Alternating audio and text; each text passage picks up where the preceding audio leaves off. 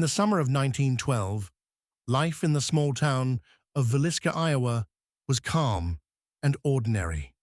With a population of about 2,500, it was the kind of place where everyone knew each other and children played freely in the streets. But no one knew that this quiet town was about to be remembered for one of the most horrific and unsolved murders in American history.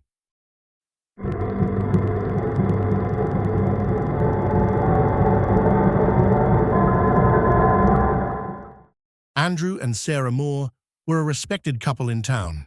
They had 4 children: Herman, 11, Catherine, 10, Boyd, 7, and Paul, 5. On the evening of June 9th, 1912, the family attended a children's event at the local church. With them were Lena, 12, and Ina, 8, Stillinger, daughters of another local family. That night, the girls stayed over at the Moore home.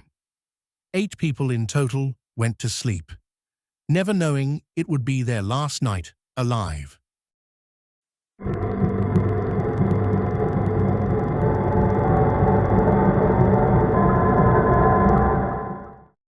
On the night of June 9th, 1912, the Moore family and their guests returned home from church.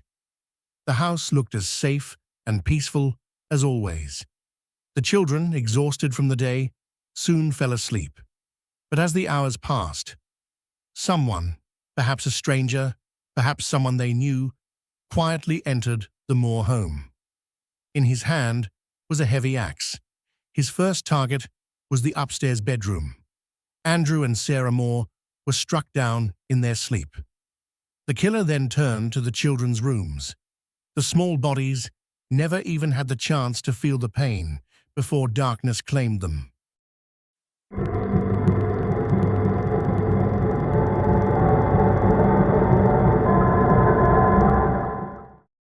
For Lena and Ina Stillinger, the guests in the house, fate was even crueler. The killer entered their room last. According to crime scene reports, one of the girls had woken up and tried to fight back. But against the blows of the axe, there was no chance. That night, every single person in the house was slaughtered. Villisca's silent evening had been carved into history with blood.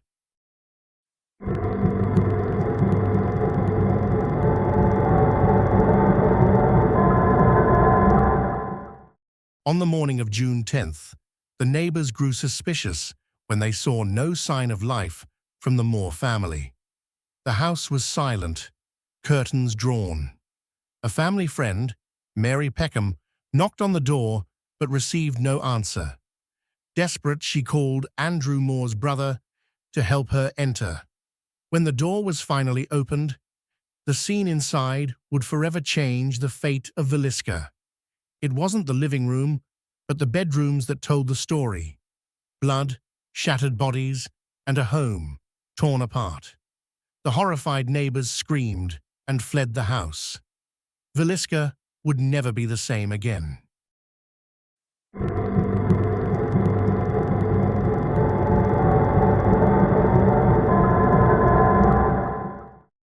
When the police entered the house, what they saw was beyond description. Every victim had been killed by brutal blows to the head with an axe. The killer had even covered mirrors and some pieces of furniture with sheets, a detail that made the crime even more mysterious. There were no signs of robbery. Money and valuables remained untouched. The killer's sole purpose was murder. According to the crime scene report, the axe was found inside the house. Its handle was covered in blood. It was as if the murderer had moved around the house as comfortably as a member of the family.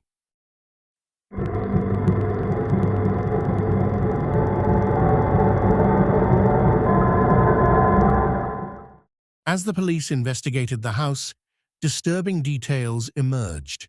The killer hadn't just murdered, he had behaved in strange ways. All the mirrors were covered with sheets, as if to hide the soul of the house. The victims' faces had been mutilated beyond recognition. Sarah Moore, in particular, received far more blows than the others, suggesting the killer harbored a personal hatred toward her. After the murders, the killer ate food from the kitchen, showing that he remained in the house for some time. A half-finished glass of water was also found, further proving that the killer was calm and unhurried. These strange details made it even harder to determine who the murderer was. The crime wasn't just a killing. It felt like a ritual.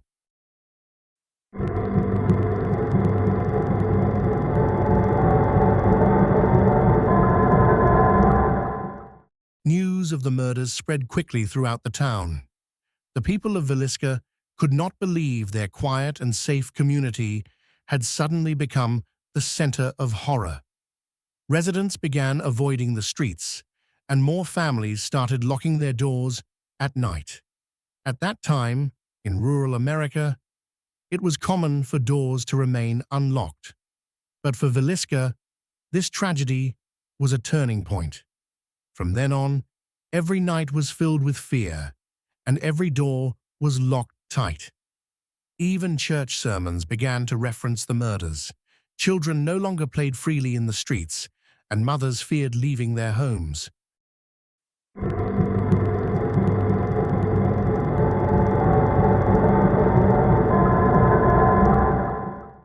In the aftermath of the murders, suspicion fell upon Senator Frank Jones, one of the town's most respected businessmen. He had once been Andrew Moore's business partner, but after Andrew decided to start his own company, a bitter rivalry emerged. Moore's success quickly overshadowed Jones's business. Rumors swirled that Frank Jones harbored deep resentment toward Andrew. Some even claimed that Andrew had been romantically involved with Jones's daughter-in-law. These rumors fueled suspicions that Jones may have orchestrated the murders. But no physical evidence was ever found, and Jones's political influence made it easy for him to avoid serious scrutiny.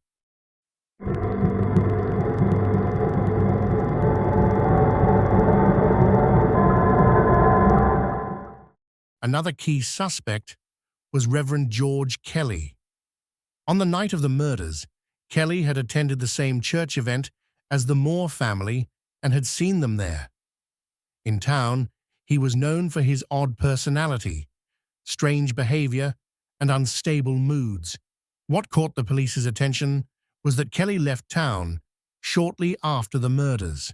Not long after, he confessed to the killings, but his confession was riddled with contradictions. At times he said, "I did it," while at other times he claimed, "I only dreamt it." Kelly was known to have mental health issues. Because of this, his testimony was not considered reliable. With little physical evidence, he was never convicted, though his name has remained among the prime suspects.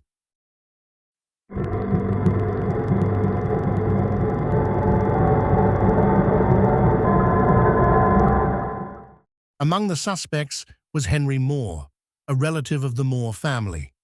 Henry had a history of violence and was known to have disputes with some family members. His name briefly surfaced in the investigation, but no concrete evidence linked him to the murders. Other suspicions fell on transient workers passing through the town.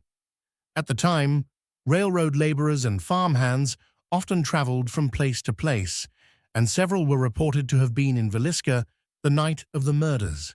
While the police investigated their backgrounds, no definitive evidence tied them to the crime. What stood out among all these suspects was the complete lack of solid proof against anyone. This left the murders shrouded in an almost impenetrable mystery.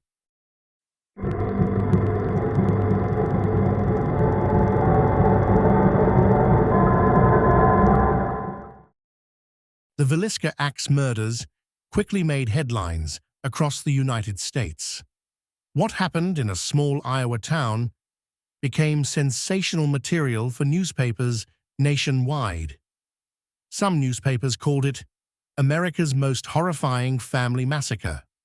Rumors, exaggerated stories, and fabricated details spread rapidly.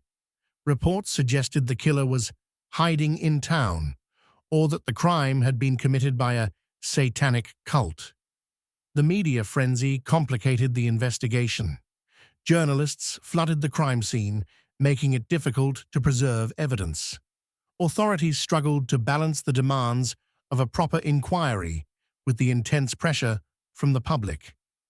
Before long, the tragedy was no longer just Villisca's nightmare. It was America's nightmare. Families across the nation began asking themselves, what if it happens to us?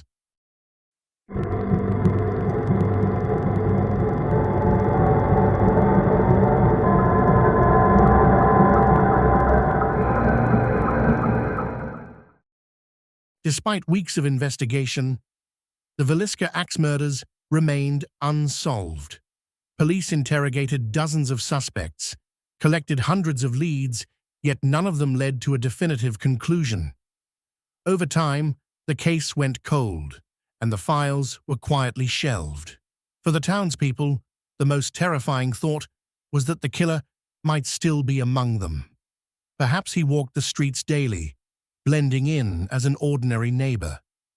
This possibility haunted Villisca for decades.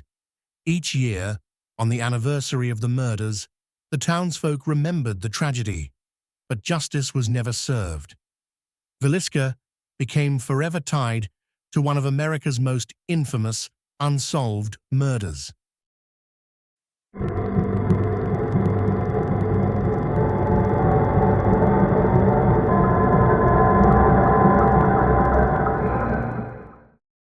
As the years passed, the Moore house gained a reputation as a haunted place. After the murders, the house remained empty for a long time, as no one dared to live there. Passers-by claimed they heard strange noises coming from inside, and some reported seeing shadows in the windows at night. Many believed the spirits of the victims still lingered within the house. Reports of children's cries echoing through the halls were common. Decades later, paranormal investigators visited the house and captured unexplained sounds and sudden drops in temperature. These stories transformed the Villisca house into one of America's most notorious haunted homes. The unsolved nature of the murders only deepened its dark mystery.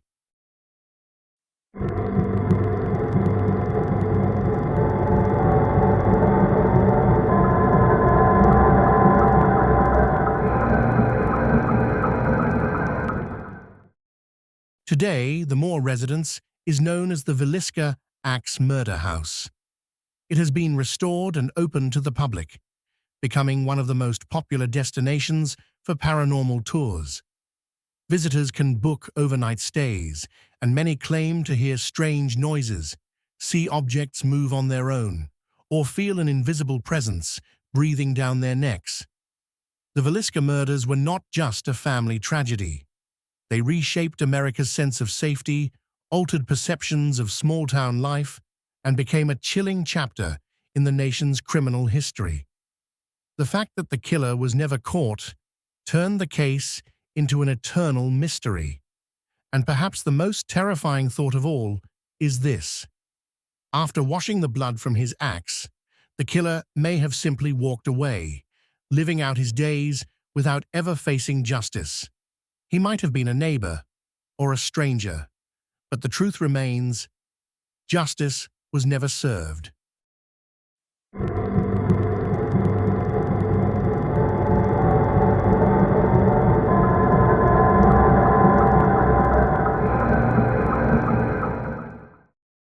As the police investigated the house, disturbing details emerged. The killer hadn't just murdered, he had behaved in strange ways. All the mirrors were covered with sheets, as if to hide the soul of the house. The victims' faces had been mutilated beyond recognition. Sarah Moore, in particular, received far more blows than the others, suggesting the killer harbored a personal hatred toward her. After the murders, the killer ate food from the kitchen, showing that he remained in the house for some time. A half-finished glass of water was also found, further proving that the killer was calm and unhurried. These strange details made it even harder to determine who the murderer was. The crime wasn't just a killing. It felt like a ritual.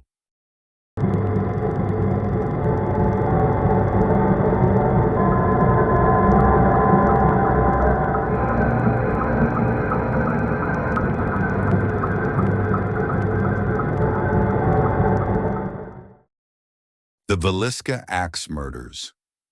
In a single night, 8 innocent lives were brutally taken, an event that was not just a crime, but a deep wound carved into the memory of a town. Trust vanished. Neighbors began to look at one another with suspicion. The murder of children in their own beds planted a lasting fear in every home. The killer was never found. Perhaps he was always among them. Perhaps he still lingers in the shadows of the unknown. That night transformed Villisca from a simple town into a chilling symbol of death and terror. And even today, anyone who hears this story is left with the same haunting question: are we ever truly safe?